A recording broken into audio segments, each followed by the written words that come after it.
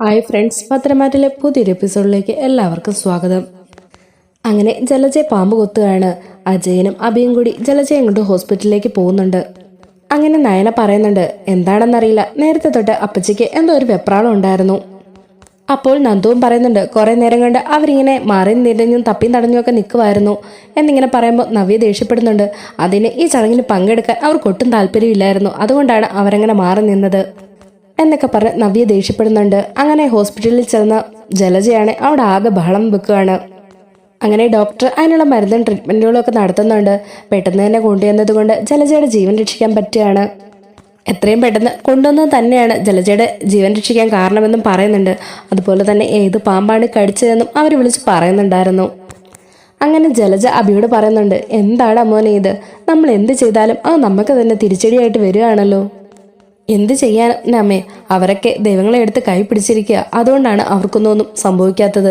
നമ്മൾ എന്ത് ചെയ്താലും അതൊന്നും ഏൽക്കുന്നില്ല, നമ്മുടെ പ്രാർത്ഥനകളൊന്നും ദൈവം കേൾക്കുന്നില്ല, അവരുടെ പ്രാർത്ഥന മാത്രമേ ഇപ്പം ദൈവം കേൾക്കുന്നുള്ളൂ എന്നൊക്കെ അഭി പറയാണ്. ഈ സമയത്തായിരിക്കും CI സച്ചി അഭിയെ വിളിക്കുന്നത്.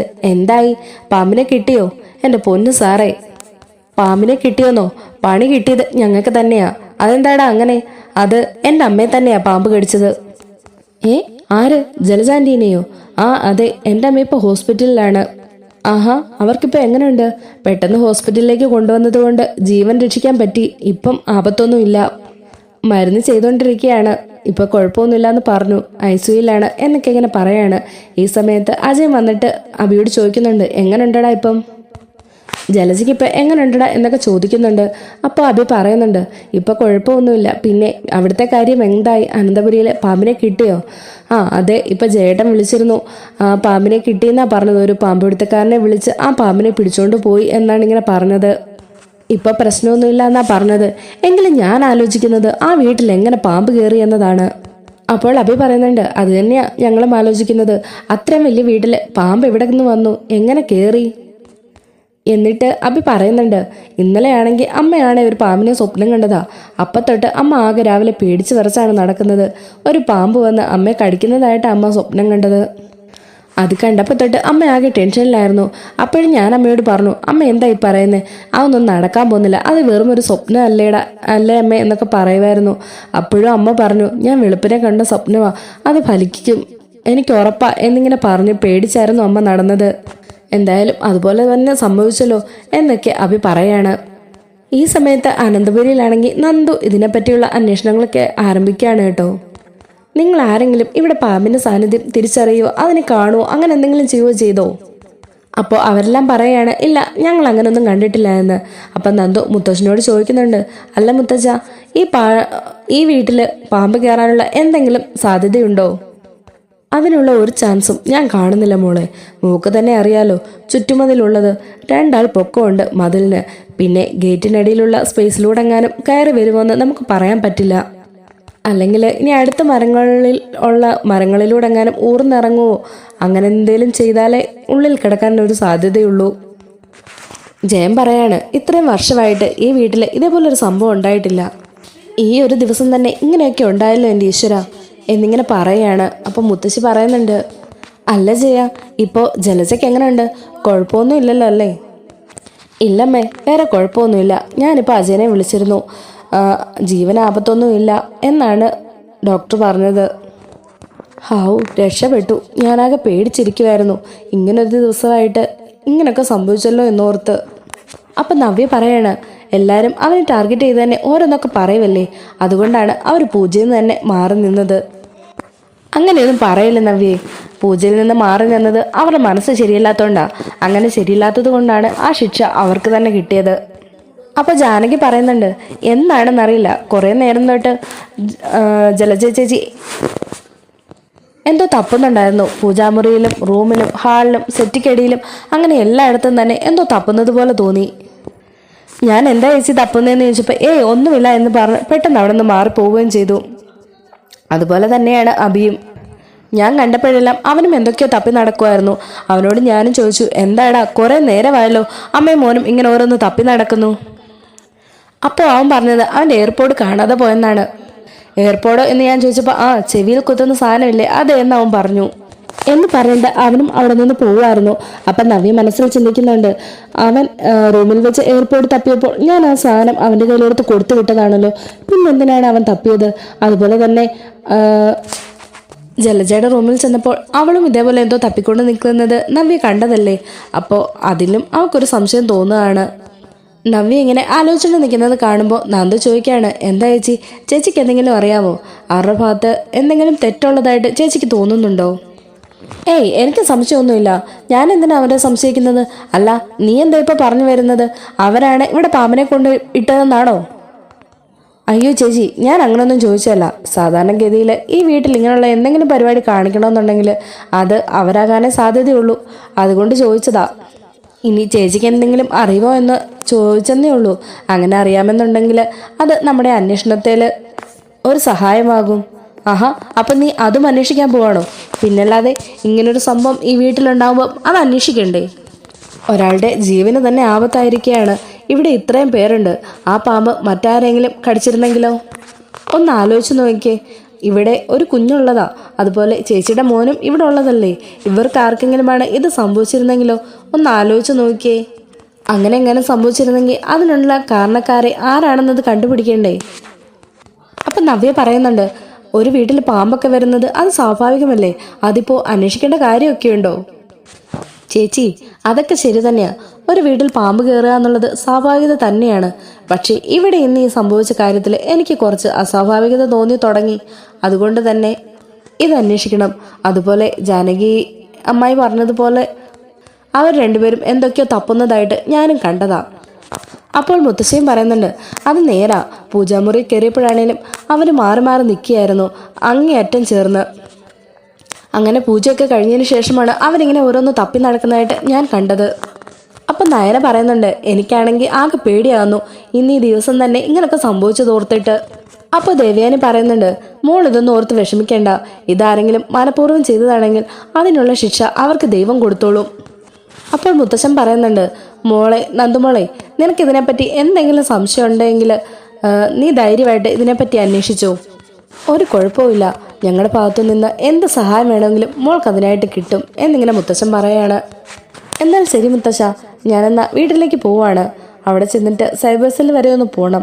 അവിടെ ഈ വീട്ടിലുള്ള എല്ലാവരുടെയും ഫോൺ നമ്പർ ഒന്ന് ആദ്യം അന്വേഷിക്കണം. പിന്നെ ആദർശേട്ടാ, പോകുന്നതിന് മുമ്പായിട്ട് എനിക്ക് ആ CCTV ഫുട്ടേജൊക്കെ ഒന്ന് കാണണം. അതിനെന്താ മോളെ, വാ ഇപ്പം തന്നെ കാണിക്കാലോ എന്നും പറഞ്ഞ് ലാപ്ടോപ്പുമായിട്ട് ആദർശ് അങ്ങോട്ട് വരുന്നുണ്ട്. അങ്ങനെ എല്ലാവരുടെയും മുന്നിൽ വെച്ച് CCTV ഫുട്ടേജൊക്കെ ഓപ്പൺ ചെയ്യാണ് കേട്ടോ. ഈ സമയത്ത് അതിലെ കാഴ്ചകൾ കണ്ടിട്ട് ആദർശാകെ ഞെട്ടിപ്പോകുന്നുണ്ട്. ഹലോ ഹലോ മുത്തശ്ശ, ഇതിലെ CCTV എല്ലാം കേടാണെന്നുള്ള കാണിക്കുന്നത്, ഒന്നും വർക്ക് ചെയ്യുന്നില്ല. നീ എന്തൊക്കെയാ ആദർശ് പറയുന്നേ? 10-20 ക്യാമറ ഉള്ളതല്ലേ ഈ വീട്ടിൽ, എന്നിട്ട് ഒന്നുപോലും അത് വർക്കാവുന്നില്ലെന്നോ? ഇല്ല മുത്തശ്ശ, ദേ നോക്ക്, ഒരെണ്ണം പോലും വർക്കിംഗ് അല്ല. ഇന്നലെ രാത്രി 9 മണി വരെയുള്ള ഫുട്ടേജസ് ഇതിൽ കാണിക്കുന്നുണ്ട്. അതിനുശേഷമാണ് ക്യാമറ എല്ലാം ഓഫായിരിക്കുന്നത്. അതിനുശേഷം ഇതുവരെ ഇതൊന്നും ഓണായിട്ടില്ല. ആഹാ, അങ്ങനെയാണെങ്കിൽ അത് മനഃപൂർവ്വം ആരോ ചെയ്തിരുന്നതായിരിക്കുമല്ലോ. അപ്പം നന്ദു ചോദിക്കുന്നുണ്ട്, ഇതിൻ്റെ ഓപ്പറേറ്റിംഗ് സിസ്റ്റം ആർക്ക് വേണേലും കയറി ഓഫാക്കുന്ന രീതിയിലുള്ളതാണോ? അത് പിന്നെ നന്ദു CCTVക്ക് വേണ്ടി മാത്രം ഒരു റൂം സെറ്റ് ചെയ്തിട്ടുണ്ട്. അതിനകത്താണ് എല്ലാവരും ഓണാക്കുകയും ഓഫാക്കുകയും അതിൻ്റെ വേണ്ട സെറ്റിങ്സ് എല്ലാം വെച്ചിരിക്കുന്നത്. ആർക്ക് വേണമെങ്കിലും അതിനകത്ത് കയറിയാൽ ഇത് ഓഫാക്കാൻ സാധിക്കും എന്നിങ്ങനെ പറയാണ്. അങ്ങനെയാണെങ്കിൽ ഇതാരോ മനഃപൂർവ്വം ചെയ്തു തന്നെയാണ് മുത്തശ്ശ. അല്ലെങ്കിൽ പിന്നെ ഇത്രയും CCTV ഒക്കെ ഒറ്റയടിക്ക് എങ്ങനെ ഓഫാകും? അങ്ങനെയാണെങ്കിൽ ആരെങ്കിലും ഇത് അകത്ത് കയറി ഓഫാക്കിയതായിക്കൂടെ? അപ്പോൾ മുത്തശ്ശൻ പറയുന്നുണ്ട്, മോളുടെ സംശയം ശരിക്കും ശരിയാണ്.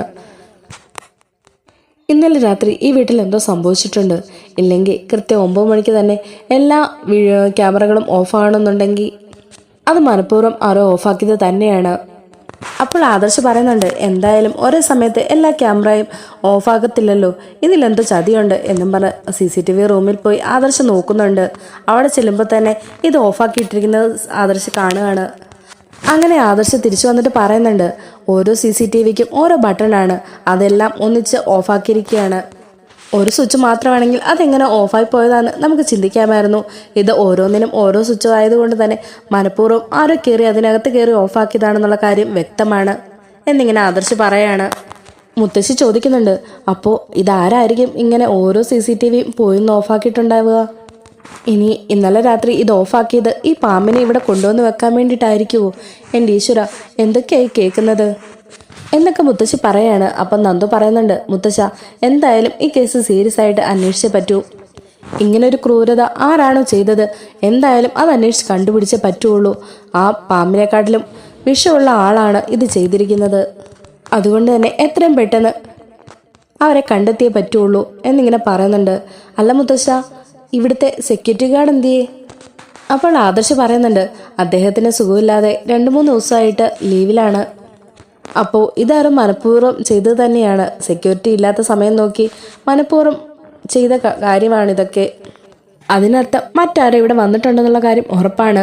ഇവിടെയുള്ളവർ മാത്രമാണെങ്കിൽ ഒരിക്കലും ഇങ്ങനെയൊന്നും സംഭവിക്കില്ലായിരുന്നല്ലോ. എന്തായാലും ഞാനിത് കണ്ടുപിടിക്കും എന്നിങ്ങനെ നന്ദു പറയുന്നുണ്ട്.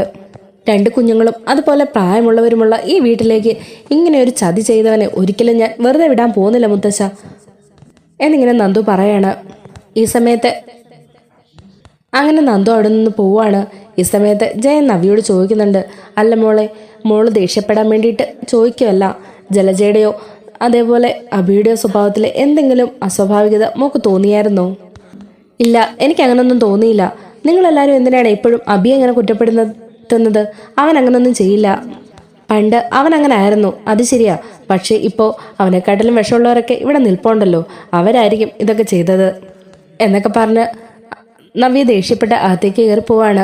ഈ സമയത്ത് ജയൻ വീണ്ടും പറയുന്നുണ്ട്, നടന്ന സംഭവം എന്താണെന്നൊന്നും അവൾക്കറിയില്ലല്ലോ, അതുകൊണ്ടല്ലേ അവൾ ഇങ്ങനെയൊക്കെ പറയുന്നത്. അഭി ആരാണെന്നുള്ള സത്യം അവൾ തിരിച്ചറിഞ്ഞാൽ ഒരിക്കലും അവൾ ഇങ്ങനൊന്നും സംസാരിക്കില്ല എന്നിങ്ങനെ പറയാണ്. അപ്പം ജാനകി ചോദിക്കുന്നുണ്ട്, എന്ത് സത്യമാണ് ചേട്ടാ, എന്താ കാര്യം എന്നിങ്ങനെ ചോദിക്കുമ്പോൾ ആരും ഒന്നും മിണ്ടുന്നില്ല കേട്ടോ. അച്ഛ അമ്മേ പറയൂ, എന്താ കാര്യം എന്ന് എന്നോട് പറ. ഇപ്പോൾ പണ്ടത്തെ പോലെ ഞാൻ ജലജയോട് അത്ര കൂട്ടൊന്നുമില്ല. അതുപോലെ എൻ്റെ കയ്യിൽ നിന്ന് പറ്റിയ തെറ്റുകളൊക്കെ എനിക്ക് മനസ്സിലായി കഴിഞ്ഞു. സത്യങ്ങൾ എന്താണെന്ന് ഞാൻ തിരിച്ചറിയാനും തുടങ്ങിക്കഴിഞ്ഞു. ഇനി എന്തിനാണ് എന്നോട് ഇതെല്ലാം മറച്ചു വെക്കുന്നത്? ശരിക്കും ആദർശല്ലേ അപ്പോൾ ചന്തുമോളുടെ അച്ഛൻ എന്നിങ്ങനെ ചോദിക്കുകയാണ്. ഈ സമയത്ത് കളിക്കാനായിട്ട് ചന്തുമോൾ അങ്ങ് മാറിപ്പോകുന്നുണ്ട് കേട്ടോ. അപ്പം ദേവയാനി പറയുന്നുണ്ട്, അല്ല, ആദർശല്ല ചന്തുമോളുടെ അച്ഛൻ, അഭിയാണ് ചന്തുമോളുടെ അച്ഛൻ. ഇത് കേട്ട് ജാനകി ഒന്ന് ഞെട്ടുന്നുണ്ട്. എന്നിട്ട് അവൾ ചോദിക്കുന്നുണ്ട്, അല്ല എന്നിട്ട് എന്താ ഇക്കാര്യം നിങ്ങൾ ഇതുവരെ ആരോടും പറയാത്തത്? നിങ്ങൾക്കിത് ജലജയോടും നവ്യോടും പറയാൻ പാടില്ലായിരുന്നോ? ഇത്രയും കാലം കൊണ്ട് തന്നെ ഞാനും നവ്യയും ജലജയൊക്കെ എന്തെല്ലാമാണ് ആദർശിനെ പറഞ്ഞിരിക്കുന്നതിന്. പല പ്രാവശ്യം അനി ആദർശിനോട് കൂട്ടുകൂടുമ്പോഴും അവൻ ചെയ്യുന്നത് പോലൊക്കെ അനുകരിച്ച് ചെയ്യുന്നത് കാണുമ്പോഴും ഞാൻ തന്നെ എന്ത് വഴക്കവനെ പറഞ്ഞിട്ടുണ്ട്. ആദർശിനെയും അനിയൊക്കെ ഞാൻ എന്തോരം കുറ്റപ്പെടുത്തിയതാ. അപ്പോഴെങ്കിലും നിങ്ങൾക്ക് ഈ സത്യങ്ങളൊക്കെ തുറന്ന് എന്നോട് പറഞ്ഞുകൂടായിരുന്നോ? അപ്പം നയന പറയുന്നുണ്ട്, ചെറിയമ്മയോട് അപ്പോഴൊക്കെ ഈ സത്യം തുറന്നു പറഞ്ഞിരുന്നെങ്കിൽ അപ്പം തന്നെ ചെറിയമ്മ ഇത് ജലജാപ്പച്ചിയോട് പോയി പറഞ്ഞേനെ. അപ്പച്ചിയാണെങ്കിൽ അത് ഉടനെ തന്നെ നവ്യേച്ചിയോട് പറയും. ചേച്ചി അറിഞ്ഞാൽ അത് ഭയങ്കര പ്രശ്നമാണ് ചെറിയമ്മേ, അതുകൊണ്ടാണ് ആരും ഒന്നും നവ്യേച്ചി അറിയിക്കാതെ വെച്ചേക്കുന്നത് എന്നിങ്ങനെ പറയാണ്. അപ്പം ജാനകി ചോദിക്കുന്നുണ്ട്, നവ്യ അറിഞ്ഞ എന്താ മോളെ പ്രശ്നം? ഈ കാര്യങ്ങളൊക്കെ എന്നായാലും നവ്യ അറിയേണ്ടത് തന്നെയല്ലേ? അവളുടെ ഭർത്താവിനെ അവളിപ്പോൾ തലയിൽ കയറിക്കൊണ്ട് നടക്കുകയാണല്ലോ. അവളുടെ ഭർത്താവിൻ്റെ സ്വഭാവം എന്താണെന്ന് അവൾ അറിയണ്ടേ എന്ന് ചോദിക്കുകയാണ്. അപ്പം നയന പറയുന്നുണ്ട്, ഇത് പറയാനായിട്ട് പല തവണ ഞങ്ങൾ ശ്രമിച്ചതാ. എൻ്റെ അമ്മ ഒരിക്കൽ ഇവിടെ വന്നതാണ് ഇക്കാര്യം പറയാൻ വേണ്ടിയിട്ട്. അന്ന് അമ്മയോട് ചേച്ചി പറഞ്ഞ എന്താണെന്ന് അറിയുമോ? അങ്ങനെ എങ്ങാനും സംഭവിച്ചാൽ ചന്തുമോളെ അതേപോലെ അനഘയും കൊല്ലും, എന്നിട്ട് എൻ്റെ കുഞ്ഞിനെ കൊന്ന് ഞാനും മരിക്കും എന്നിങ്ങനെയാണ് നവ്യേച്ചി പറഞ്ഞിരിക്കുന്നത്. അതുകൊണ്ടാണ് ഇക്കാര്യങ്ങളൊന്നും ഞങ്ങൾ ഇതുവരെ നവ്യേച്ചി അറിയിക്കാഞ്ഞത്. അത് വലിയൊരു കാര്യമായിട്ടാണ് അഭി കൊണ്ടു നടക്കുന്നത്. ഇതൊന്നും പോരാഞ്ഞിട്ട് അഭി പലതരത്തിലുള്ള കള്ളത്തരങ്ങളാണ് ഇപ്പോൾ ഇവിടെ ഓരോന്നും ചെയ്തുകൊണ്ടിരിക്കുന്നത്. എന്തിന്, ഈ അടുത്ത ഇടയ്ക്ക് ആ അനഘേനെ കൊല്ലാൻ പോലും അഭി ശ്രമിച്ചു. അതെല്ലാം ഞങ്ങൾ സഹിച്ച് ക്ഷമിച്ച് നിൽക്കുകയാണ്, നവ്യേച്ചി ഓർത്തും മാത്രം എന്നിങ്ങനെ പറയാണ്. മോനെ ആദർശേ, നീ എന്നോട് ക്ഷമിക്കണം. എനിക്ക് സത്യങ്ങളൊന്നും അറിയില്ലായിരുന്നു. ഞാൻ നിന്നെ ഒരുപാട് കുറ്റപ്പെടുത്തി. അന്നൊക്കെ എൻ്റെ മനസ്സ് മുഴുവൻ ചെകുത്താനായിരുന്നു. ഈ അനാമികയും അതേപോലെ ജലജയും ഓരോന്നൊക്കെ പറഞ്ഞ് എൻ്റെ മനസ്സ് അങ്ങനെ ആക്കിയെടുത്തതായിരുന്നു. മോൻ എന്നോട് ക്ഷമിക്കുക എന്നിങ്ങനെ പറയുമ്പോൾ ആദർശ് പറയുന്നുണ്ട്, അതൊന്നും സാരമില്ല ചെറിയമ്മയ്ക്ക് ഇപ്പോഴെങ്കിലും സത്യങ്ങളൊക്കെ മനസ്സിലായല്ലോ. ഞാൻ ഇങ്ങനെയൊക്കെ ചെയ്യുമെന്ന് ആരെങ്കിലും പറഞ്ഞാൽ ചെറിയമ്മേന്ന് വിശ്വസിക്കുന്ന ഞാൻ ഒട്ടും കരുതിയില്ല. ചെറിയമ്മ ഈ വീട്ടിൽ വരുന്ന സമയത്ത് ഞാനൊരു കൊച്ചു കുട്ടിയായിരുന്നല്ലോ. അന്ന് തൊട്ട് ചെറിയമ്മ എന്നെ നോക്കിയിട്ടുണ്ട്. എനിക്കറിയാം, അനിയെ സ്നേഹിച്ചതുപോലെ തന്നെയാണ് ചെറിയമ്മ എന്നെ നോക്കിയതും വളർത്തിയതും ഒക്കെ. എന്നിട്ടും ഇങ്ങനൊരു പഴി എൻ്റെ മേൽ വന്നപ്പോൾ ചെറിയമ്മ അത് വിശ്വസിച്ചല്ലോ എന്നോർത്തായിരുന്നു എനിക്കെൻ്റെ സങ്കടം മുഴുവൻ. ഞാനിപ്പോഴും നയനയോട് പറയുമായിരുന്നു, എന്നാലും ചെറിയമ്മ എല്ലാവരും പറയുന്നത് കേട്ട് എന്നെ തെറ്റിദ്ധരിച്ചല്ലോ, അതെല്ലാം എനിക്കെതിരായി തന്നെ വിശ്വസിച്ചല്ലോ എന്നിങ്ങനെ ഞാൻ എപ്പോഴും നയനയോട് പറയുമായിരുന്നു. ജാനകി പറയുന്നുണ്ട്, മോനെ, ഞാനിതൊന്നും അറിഞ്ഞുകൊണ്ട് പറഞ്ഞതോ ചെയ്തതോ അല്ലല്ലോ, മോൻ എന്നോട് ക്ഷമിക്കുക. നിങ്ങളിത് എന്നോടെങ്കിലും ഒന്ന് പറയാമായിരുന്നു. എന്തായാലും ഇക്കാര്യം നവ്യ അറിയാത്ത തന്നെയാണ് നല്ലത്. അതെങ്ങാനും പറഞ്ഞാൽ ആ കുട്ടി എന്തെങ്കിലും ചെയ്താലോ? നയനെപ്പോലല്ല ഒരിക്കലും നവ്യ. അവള് എന്തെങ്കിലുമൊക്കെ കടുത്ത തീരുമാനം എടുക്കുമെന്ന് എനിക്കിപ്പോഴും സംശയമുണ്ട്. അതുമാത്രമല്ല, അബിയുടെ കാര്യത്തിൽ ഇന്നത്തെ ഈ സംഭവത്തിൽ എനിക്ക് അബിയെ നല്ല സംശയമുണ്ട്. ഞാൻ പറഞ്ഞില്ലേ, രാവിലെ മുതൽ അവൻ എന്തോ തപ്പുന്ന രീതിയിൽ ഇങ്ങനെ നോക്കി നടക്കുന്ന രീതിയാണ് ഞാൻ കണ്ടത്. എന്തോ ചെറിയ അനക്കം കാലെ തട്ടിയപ്പോൾ തന്നെ പാമ്പ് കടിച്ചാന്നും പറഞ്ഞല്ലേ ജലജ കിടന്ന് കാറിയത്. അപ്പോൾ അവൾക്കറിയാമായിരുന്നു ഈ വീട്ടിൽ പാമ്പുണ്ട് എന്നുള്ളൊരു കാര്യം. എന്തായാലും ഇത് നന്ദു അന്വേഷിക്കട്ടെ എന്നിങ്ങനെ പറയുന്നുണ്ട്. ഈ ഒരു ക്രൂരത ചെയ്തത് ആരാണെങ്കിലും അവരെ വെറുതെ വിടാൻ പാടില്ല എന്നിങ്ങനെ ജയനും പറയാണ്. അന്ന് നവിക്ക് പാലിൽ വിഷം കലർത്തി കൊടുത്തത് അനാമികയാണെന്ന് എനിക്കറിയില്ലായിരുന്നു. അതുപോലും ഞാൻ അറിയുന്നത് ഇപ്പോഴാണ്. ഇത്രയും കാലം അത് അനാമിക നയന ചെയ്തതാണെന്ന് തന്നെയാണ് ഞാൻ വിശ്വസിച്ചിരുന്നത്. അനാമിക അങ്ങനെ ചെയ്യുമെന്ന് ഞാൻ ഒരിക്കലും കരുതിയിരുന്നില്ല എന്നൊക്കെ ജാനകി പറയാണ് കേട്ടോ. ആദർശ് അപ്പം പറയുന്നുണ്ട്, ഒന്നും സാരമില്ല, ചെറിയമ്മയ്ക്ക് ഇപ്പോഴെങ്കിലും കാര്യങ്ങളൊക്കെ മനസ്സിലായല്ലോ. ഒരിക്കലും ഒരു മനുഷ്യനെ കണ്ണടച്ച് വിശ്വസിക്കാൻ പാടില്ല. എല്ലാവരെയും മനസ്സിലാക്കാൻ കുറേ സമയം എടുക്കും. എൻ്റെ ഭാര്യേനെ എനിക്ക് വിശ്വാസമാണ്. എനിക്കറിയാം അവളെ. അതുകൊണ്ട് നവ്യയ്ക്ക് വേണ്ടി ഒരിക്കലും അവൾ അങ്ങനെ ചെയ്യില്ല എന്ന് എനിക്ക് നന്നായി അറിയാം. നവ്യയ്ക്ക് വേണ്ടി ആ വീടിന് വേണ്ടി ഇവൾ എന്തോരം കഷ്ടപ്പെട്ടിട്ടുണ്ടെന്ന് എനിക്ക് നന്നായി അറിയാം. അതുകൊണ്ട് അവൾ ഇങ്ങനെ ഒരു കാര്യം ചെയ്യുമെന്ന് പറഞ്ഞാൽ ഞാൻ ഒരിക്കലും വിശ്വസിക്കില്ല. അപ്പം ദേവ്യാനിയും പറയുന്നുണ്ട്, എനിക്ക് വേണ്ടി കരൾ പകത്ത് തന്നവളാണ് എൻ്റെ മരുമകള്. അവൾ ഒരിക്കലും ഇങ്ങനത്തെ ഒരു ക്രൂരത ചെയ്യില്ലെന്ന് എനിക്കും ഉറപ്പുണ്ട്. അത് മാത്രമല്ല ജാനകി, ഞാൻ നേരിട്ട് കേട്ടതാണ് അനാമികയും അവളുടെ അച്ഛനും അമ്മയും കൂടി ഈ കാര്യത്തെപ്പറ്റി സംസാരിക്കുന്നത്. പാലിൽ വിഷം കലർത്തിയത് അനാമികയും അവളുടെ അമ്മയും കൂടെ ആണെന്ന് അവർ തമ്മിൽ സംസാരിക്കുന്ന കാര്യം. അവരുടെ ഉദ്ദേശം നവ്യനെയും അവളുടെ വയറ്റിൽ കിടക്കുന്ന കുഞ്ഞിനെയും ഇല്ലാതാക്കാൻ വേണ്ടിയിട്ടായിരുന്നു. ആ സമയത്താണ് അവൾക്ക് പകരം ഞാൻ ആ പാലെടുത്ത് കുടിച്ചത്. അതുകൊണ്ട് എന്തായാലും നവ്യയുടെയും അവളുടെ കുഞ്ഞിൻ്റെയും ജീവൻ രക്ഷിക്കാനായി എന്നിങ്ങനെ പറയുന്നുണ്ട്. നീ ഒരിക്കലും ഇതൊന്നും മനസ്സിലാക്കില്ലെന്നായിരുന്നു ഞങ്ങൾ ആദ്യം കരുതിയത്. എന്തായാലും ഇപ്പോൾ നിനക്ക് കാര്യങ്ങളൊക്കെ മനസ്സിലായല്ലോ, എല്ലാവർക്കും സന്തോഷമായി. അപ്പോൾ മുത്തശ്ശി ചോദിക്കുന്നുണ്ട്, ഇനിയിപ്പോൾ ഈ പാമ്പിൻ്റെ പിന്നിലും അനാമിക എങ്ങാനുമാണോ? അപ്പോൾ മുത്തശ്ശൻ പറയുന്നുണ്ട്, അങ്ങനെയാണെങ്കിൽ പോലും ഈ വീട്ടിലുള്ള ആരോയിൽ നിന്ന് അവർക്ക് സഹായം കിട്ടിക്കാണണം. അല്ലാതെ ഈ വീടിനുള്ളിൽ പ്രവേശിക്കാനോ പാമ്പിനെ അകത്ത് കൊണ്ടുവെക്കാനോ അവർക്ക് സാധിക്കില്ലല്ലോ. ഇങ്ങനെയൊക്കെ സംഭവിക്കണമെന്നുണ്ടെങ്കിൽ ആരോ ഒരാൾ ഈ വീട്ടിലേക്ക് വന്നിട്ടുണ്ട്. അതുപോലെ അയാളെ സഹായിക്കാനായിട്ട് ഈ വീട്ടിൽ നിന്നൊരാൾ സഹായിച്ചിട്ടുമുണ്ട്. അല്ലെങ്കിൽ ഒരിക്കലും ഈ വീട്ടിൽ ഇങ്ങനെ ഒരു സംഭവം നടക്കില്ല എന്നിങ്ങനെ പറയുന്നുണ്ട്. അങ്ങനെ നന്ദു ആണെങ്കിൽ സ്റ്റേഷനിൽ പോയതിനു ശേഷം സൈബർ സെല്ലിലേക്ക് വിളിച്ച് ജലജയുടെയും അബിയുടെയും നമ്പർ കൊടുക്കുന്നുണ്ട്. അങ്ങനെ CCTV ഓഫായത് 9 മണിക്കല്ലേ. അപ്പോൾ ആ സമയത്തിന് മുമ്പോ അതിന് ശേഷമോ ആരെങ്കിലും അബിയുടെ ഫോണിലേക്കോ ജലജയുടെ ഫോണിലേക്കോ ഒക്കെ വിളിച്ചിട്ടുണ്ടോ എന്നിങ്ങനെ ചെക്ക് ചെയ്യുന്നുണ്ട്. അങ്ങനെ ചെക്ക് ചെയ്ത് നോക്കുന്ന സമയത്ത് അബി ഈ സമയങ്ങളിൽ 3 പേരെയാണ് വിളിച്ചിരിക്കുന്നത്. അതിലൊന്ന് സച്ചിയുടെ നമ്പരും അതുപോലെ ഒന്ന് വേണുവിൻ്റെ നമ്പരുമാണ്. പിന്നെയുള്ള ഒരു നമ്പർ അത് ആരുടെയാണെന്ന് മനസ്സിലായില്ല.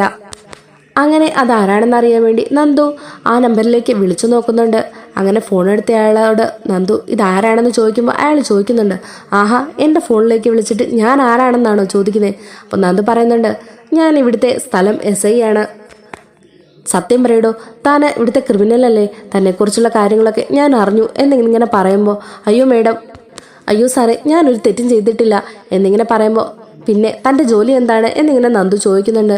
അപ്പം അയാൾ പറയുന്നുണ്ട്, അത് പിന്നെ മേഡം, ഞാനൊരു പാമ്പുപിടുത്തക്കാരനാണ്. പാമ്പുപിടുത്തക്കാരനോ? അതെ മേഡം, ഞാനൊരു പാമ്പുപിടുത്തക്കാരനാണ്. ഞാൻ വേറൊരു തെറ്റും ഇന്നേവരെ ചെയ്തിട്ടില്ല. അപ്പോൾ തന്നെ നന്ദുവിന് കാര്യങ്ങളെല്ലാം മനസ്സിലാവുന്നുണ്ട്. താനിപ്പോൾ എവിടാ ഉള്ളത് എന്നൊക്കെ നന്ദു ചോദിക്കുന്നുണ്ട്. അങ്ങനെ അയാളിരിക്കുന്ന സ്ഥലം പറഞ്ഞ് നന്ദു അവിടെ എത്തി അയാളെ കസ്റ്റഡിയിലെടുത്ത് നേരെ സ്റ്റേഷനിൽ കൊണ്ടുവരുന്നുണ്ട്. അവിടെ ഇട്ട് നല്ലപോലെ ഒന്ന് പെരുമാറുന്നുണ്ട്. എന്നിട്ട് നന്ദു അയാളോട് ചോദിക്കുന്നുണ്ട്, നീ ഇന്നലെ എങ്ങാനും ആർക്കെങ്കിലും പാമ്പിനെ സപ്ലൈ ചെയ്തിരുന്നു? അയ്യോ മേഡം, അങ്ങനെയൊന്നുമില്ല, ഞാനിതൊരു കൊലത്തൊഴിലായിട്ട് ചെയ്യുന്നു എന്ന് മാത്രമേ ഉള്ളൂ. അപ്പം നന്ദു പറയുന്നുണ്ട്, നിന്നോട് ചോദിച്ചതിനുള്ള മറുപടി മാത്രം നീ പറഞ്ഞാൽ മതി. നീ ഇന്നലെ ആർക്കെങ്കിലും ഒരു പാമ്പിനെ കൊടുത്തിരുന്നോ? അതും ഉഗ്രവിഷമുള്ളൊരു മൂർഖം പാമ്പിനെ. എന്നിട്ട് അതൊരു വീടിനകത്തേക്ക് കൊണ്ടുപോകുക നീ ചെയ്തോ? അയ്യോ മേഡം, ഞാൻ അങ്ങനെയൊന്നും ചെയ്തിട്ടില്ല. വെറുതെ നീ കിടന്ന് ഉരുണ്ട് കളിക്കണ്ട. നിന്നെ ഞാൻ വിളിച്ചിട്ടുണ്ടെങ്കിൽ അതുപോലെ ഇവിടം വരെ എത്തിച്ചിട്ടുണ്ടെങ്കിൽ ഞാനെല്ലാം സത്യവും മനസ്സിലാക്കിയിട്ടാണെന്നുള്ള വിവരം നീ ഓർത്തോ എന്നും പറഞ്ഞ് നന്ദു വീണ്ടും തല്ലുന്നുണ്ട്. അപ്പം അയാൾ പറയുന്നുണ്ട്, അതേ മേഡം, ഞാൻ ഒരാൾക്ക് പാമ്പിനെ കൊടുത്തിരുന്നു. അത് ഈ അനന്തപുരി തറവാടില്ലേ വലിയൊരു വീട്, ആ വീട്ടിലെ ഒരു പയ്യനാണ് എന്നെ വിളിച്ചത്. ആ പയ്യൻ പറഞ്ഞ അനുസരിച്ചാണ് ഞാൻ ആ പാമ്പിനെ അവിടെ കൊണ്ടു കൊടുത്തത്. അങ്ങനെ അയാൾ പറഞ്ഞ അനുസരിച്ചാണ് ഞാൻ ആ വീട്ടിൽ ചെന്നതും അയാൾ പറഞ്ഞതുപോലെ തന്നെ അവിടുത്തെ പൂജാമുറിയിലുള്ളൊരു പൂക്കൂടയിലേക്ക് ആ പാമ്പിനെ വെക്കുകയും ചെയ്തു. ഇത് കേട്ട് നന്ദു ആകെ ഞെട്ടിപ്പോകുന്നുണ്ട്. അല്ല, ഇത് ആർക്ക് വേണ്ടിയാണ് ചെയ്തത്? അവിടെയുള്ള ആരെ കൊല്ലാൻ വേണ്ടിയിട്ടാണ് ഇത് ചെയ്തത്? അത് പിന്നെ ആ വീട്ടിലെ ഈയിടെയായ ഗർഭിണിയായ ഒരു പെണ്ണില്ലേ, ആ പെണ്ണിനെ ഇല്ലാതാക്കാൻ വേണ്ടിയിട്ടാണ് അങ്ങനെ ചെയ്തത്. അതിനുവേണ്ടി ആ അബിസാറ് എനിക്ക് ഒരുപാട് കാശും തന്നു. കാശെന്ന് കേട്ട ഉടനെ താൻ എന്തും ചെയ്യുവോ? ഒരു ഗർഭിണിയായ പെണ്ണിനെ കൊല്ലാൻ വേണ്ടിയിട്ടാണ് താൻ ഇങ്ങനെയൊക്കെ ചെയ്തത്. തൻ്റെ വീട്ടിലും അമ്മയും പെങ്ങന്മാരും ഒക്കെ ഇല്ലേ? അവരും ഈ അവസ്ഥയിലൊക്കെ കടന്നു പോയവരല്ലേ എന്നൊക്കെ ചോദിക്കുമ്പോഴത്തേക്കിനും അയാൾ പറയുന്നുണ്ട്, അയ്യോ സാറേ, ഇനി എന്നെ ഉപദ്രവിക്കരുതേ. ഇനി ഞാൻ നിന്നെ ഉപദ്രവിക്കത്തൊന്നുമില്ല, പക്ഷെ നിനക്കിട്ടുള്ള പണി ഞാൻ തരുന്നുണ്ട്. മര്യാദയ്ക്ക് വന്ന വണ്ടി കയറടാ എന്ന് പറഞ്ഞ് അപ്പം തന്നെ നന്ദു ആ പാമ്പ് പിടുത്തക്കാരനെയും കൂട്ടി അനന്തപുരിയിലേക്ക് എത്തുന്നുണ്ട്. ഈ സമയമൊക്കെ ജലജാബി ഹോസ്പിറ്റലിൽ തന്നെയാണ്. അങ്ങനെ നന്ദു നേരെ അയാളെയും കൊണ്ട് അനന്തപുരിയിലേക്ക് എത്തുന്നുണ്ട്. അങ്ങനെ അകത്തോട്ട് കയറി ചെന്ന് നന്ദു അയാളെ തള്ളിയിടുന്നുണ്ട്. അങ്ങനെ എല്ലാവരും ഹാളിൽ തന്നെ ഉണ്ടായിരുന്നു. അവരുടെ മുമ്പിലേക്കായിട്ട് ഇയാൾ വീഴുകയാണ്. അപ്പം മുത്തശ്ശി ഇത് ബഹളം കേട്ട് നവ്യെ മേളിൽ നിന്ന് ഇറങ്ങി താഴേക്ക് വരുന്നുണ്ട്. അപ്പം മുത്തശ്ശൻ ചോദിക്കുന്നുണ്ട്, എന്താ നന്ദുമോളെ ഇതാരാ? അപ്പം നന്ദു പറയുന്നുണ്ട്, ആരാ എന്താന്നൊക്കെ ഇയാൾ തന്നെ ഇപ്പൊ പറയും മുത്തശ്ശ. ഒരു സിനിമാ കഥ പോലുണ്ട്, ഒന്ന് കേട്ടു നോക്ക്. ആരാടോ താൻ? തനിക്ക് എന്താ വേണ്ടത്? തനിക്ക് എന്താ കാര്യം എന്നൊക്കെ ആദർശ് ഇങ്ങനെ ചോദിക്കുന്നുണ്ട്. അപ്പോൾ അയാൾ പറയുന്നുണ്ട്, അയ്യോ സാറേ, ഞാൻ പാവം ഒരു പാമ്പുപിടുത്തക്കാരനാ. അങ്ങനെ അഭി വിളിച്ചതും പാമ്പിനെ മേടിച്ചതും പൂക്കൂടയിൽ കൊണ്ടുവച്ച് അങ്ങനെ നടന്ന സംഭവങ്ങളെല്ലാം ഇയാൾ ആദർശനോടും അവിടെ നിന്ന് എല്ലാവരോടുമായിട്ട് പറയുന്നുണ്ട്. സാർ എന്നോട് ക്ഷമിക്കണം, അയാൾ പറഞ്ഞിട്ടാണ് ഞാൻ ആ പൂക്കൂടയിൽ പാമ്പിനെ വെച്ചത്. പൂക്കൂട ആരാണോ ആദ്യം തുറക്കുന്നത് അവരെ പാമ്പ് കൊത്തണം, അതാണോ അയാൾ പറഞ്ഞ കണ്ടീഷൻ. ഉഗ്രവിഷമുള്ള മുറുക്കം പാമ്പിനെ തന്നെയാണ് ഞാൻ അതിൽ വെച്ചത്. ഇതെല്ലാം കേട്ട് എല്ലാവരും ഞെട്ടിപ്പോകുന്നുണ്ട്. അത് പിന്നെ എനിക്ക് പൈസ തന്നപ്പോൾ അതുപോലെ അത്യാവശ്യം ആയതുകൊണ്ടാണ് ഞാൻ ഇങ്ങനെ ചെയ്തു പോയത് എന്നും അയാൾ കൂടെ ചേർത്ത് പറയുന്നുണ്ട്. അപ്പം നന്ദു ചോദിക്കുന്നുണ്ട്, അല്ല, ആരെ കൊല്ലാൻ വേണ്ടിയിട്ടാണ് താൻ ഇത് ചെയ്തത്? അതുകൂടെ പറഞ്ഞു കൊടുക്ക് എന്നിങ്ങനെ നന്ദു പറയാണ്. അത് പിന്നെ ഇവിടെ പുതിയതായിട്ട് ഗർഭിണിയായ ഒരു സ്ത്രീ ഉണ്ടെന്നും ഒന്നെങ്കിൽ അവരെയോ ഇല്ല അവരുടെ കുഞ്ഞെങ്കിലും ഇല്ലാതാകണം എന്നാണ് എന്നോട് അഭിസാർ പറഞ്ഞത്. അതുകൊണ്ടാണ് ഞാൻ അങ്ങനെ ചെയ്തത് എന്നിങ്ങനെ അയാൾ പറയാണ്. ഇത് കേട്ട് ആദർശൻ നയനും ഞെട്ടിപ്പോവാണ്. ദേവയാനി വന്നിട്ട് അയാളുടെ കോളറിനെ കുത്തിപ്പിടിച്ചിട്ട് ചോദിക്കുന്നുണ്ട്, എടാ ദുഷ്ട, നീ എൻ്റെ മോളെ കൊല്ലാൻ നോക്കിയോ എന്നൊക്കെ പറയുമ്പോൾ നന്ദു പറയുന്നുണ്ട്, എന്തിനാ ആൻറ്റി ഇയാളെ കൊല്ലാൻ നോക്കുന്നത്? ഇതിനൊക്കെ തീരുമാനമിട്ടതും ഇങ്ങനൊക്കെ ചെയ്തതും ഈ വീട്ടിലെ അസുരവിത്തല്ലേ, അവനോട് വേണ്ടേ ചോദിക്കാൻ? ഇതൊക്കെ കേട്ട് നവ്യ പറയാണ്, ഇല്ല, ഇതൊന്നും ആരും വിശ്വസിക്കില്ല, ഇതൊക്കെ പച്ച കള്ളവാ. ഏതാടി ഇവൻ? നീ ഇവനെ ഇപ്പോൾ കൂലി കൊടുത്ത് കൊണ്ടുവന്നതാണോ?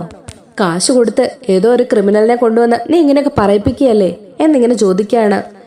അല്ലെങ്കിലും ചേച്ചിക്ക് ഇതൊന്നും വിശ്വാസമാകുകയല്ലോ, ഇത് ഞാൻ വിശ്വസിപ്പിക്കാം എന്ന് പറഞ്ഞ് അയാളുടെ ഫോൺ എടുത്ത് അബി അയാൾക്കയച്ച മെസ്സേജുകളൊക്കെ എടുത്ത് കേൾപ്പിക്കുകയാണ്. അങ്ങനെ അതെല്ലാം കേൾപ്പിച്ചിട്ട് നന്ദു ചോദിക്കുന്നുണ്ട്, എന്താ ചേച്ചി, ഇപ്പം ചേച്ചിക്ക് വിശ്വാസമായോ? അതോ ഞാൻ ഇന്നലെ രാത്രി ഇവിടെ വന്ന് അബിയുടെ ഫോൺ എടുത്ത് ഇങ്ങനെയൊക്കെ സംസാരിച്ചായിട്ട് ചേച്ചിക്ക് തോന്നുന്നുണ്ടോ? ഇയാൾക്ക് അബി ഇന്നലെ അയച്ച മെസ്സേജ് അനുസരിച്ചാണ് അയാൾ ഇന്നലെ ഇവിടെ വരികയും ആ പൂജാമുറിയിൽ കയറി പൂക്കൂടയിൽ പാമ്പിനെ വെക്കുകയും ചെയ്തിരുന്നത്. രാവിലെ നയനേച്ചി വന്ന് കൂടെ തുറക്കുമ്പോൾ നയനേച്ചിയെ കൊത്തണം, അതായിരുന്നു അവരുടെ ലക്ഷ്യം.